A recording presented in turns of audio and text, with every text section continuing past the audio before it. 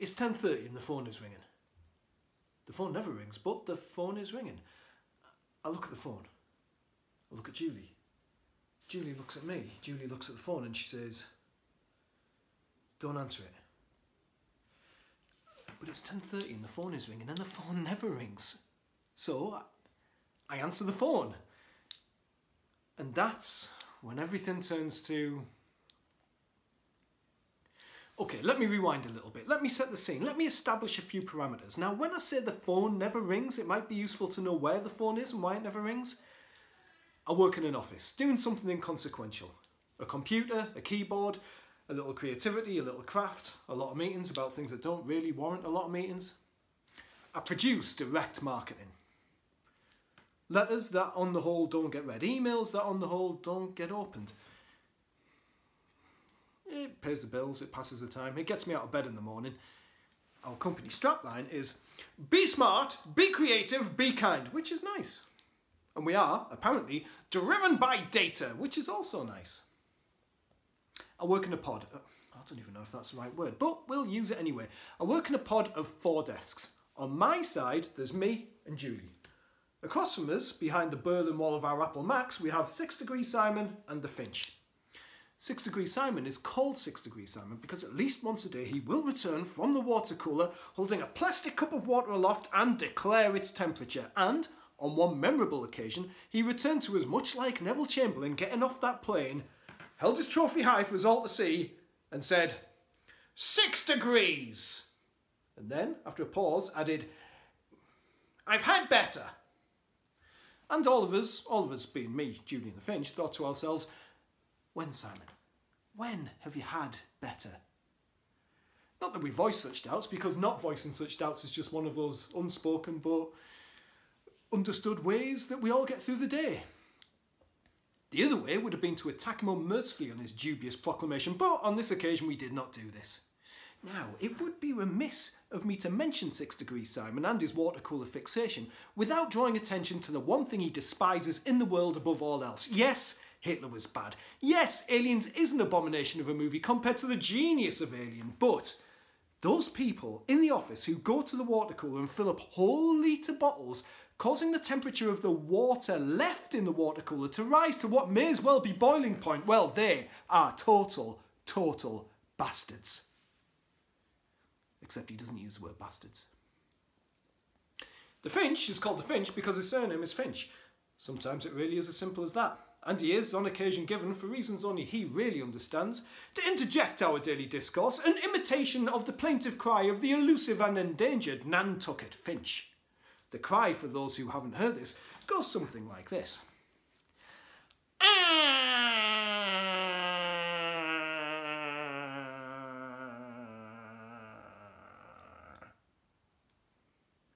According to Sir David Attenborough, this is in fact a mating call. Which may explain the reason why the Nantucket Finch is endangered. I mean, it's hardly Joey Tribbiani's, "How you doing?" Of course, my attempt at the plaintive cry of the Nantucket Finch has none of the shadings, none of the subtleties that my colleague the Finch manages to invest it with. But on this score, he's an artiste, and I am merely an artisan.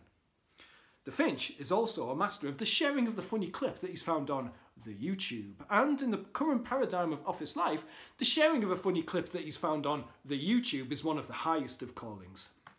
I mean, there you are, day after day, sat at your desk, staring at a screen, bored out of your brains, when some blessed missionary of mirth sends you a email with the simple message, you've got to watch this. And you do watch this. And you laugh, or you OMG it.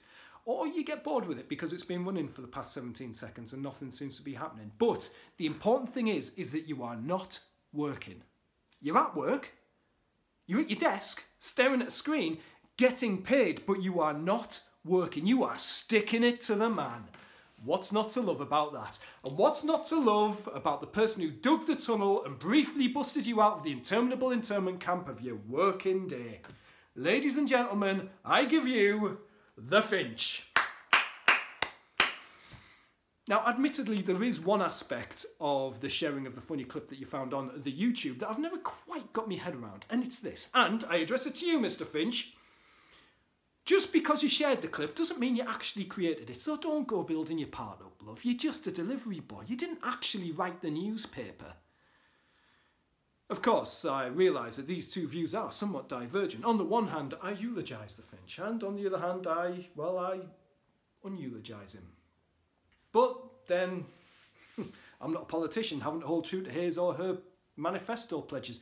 I'm just a bloke in an office trying to get through his working day as best he can.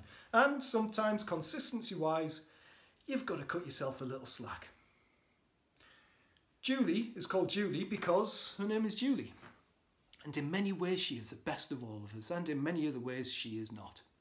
Of late, we've taken to calling her, while affecting a fake Mexican accent of a dodgy 1960s Western, we've taken to calling her Croissantita. This is primarily because the other day she was eating a croissant. And something as insignificant as that is often all it takes for the People's Republic of Banter to pass you through its border controls with a smiling greeting of, enjoy your stay. And we did, always, enjoy our stay. The banter would bounce between the four of us like a tennis ball at the doubles final at Wimbledon. Serve, return, volley, lob, a mad scramble to the back of the court to keep the ball in play, another lob but not quite high enough, and a glorious smash wins the point, and everyone's laughing. Time that smash just right. Time that smash just as Julie is about to take a mouthful of Earl Grey tea, and the eruption of laughter will be so uncontrollable that Earl Grey tea and Apple Mac will encounter each other in ways that Earl Grey tea and Apple Mac were never meant to encounter each other. Such moments are what we live for as we stare at our screens, toiling away at the digital coalface. Banter keeps us sane, banter keeps us mad, banter keeps us.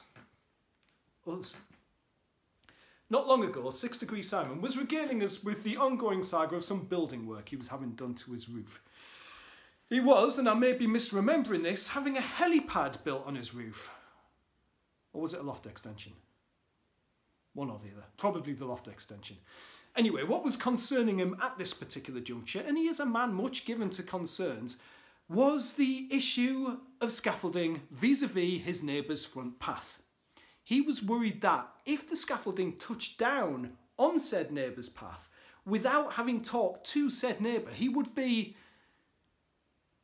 And at this point, Julie chipped in with the suggestion, taking the monkey? Simon carried on with his dilemma, and the conversation proceeded for the next 10 minutes.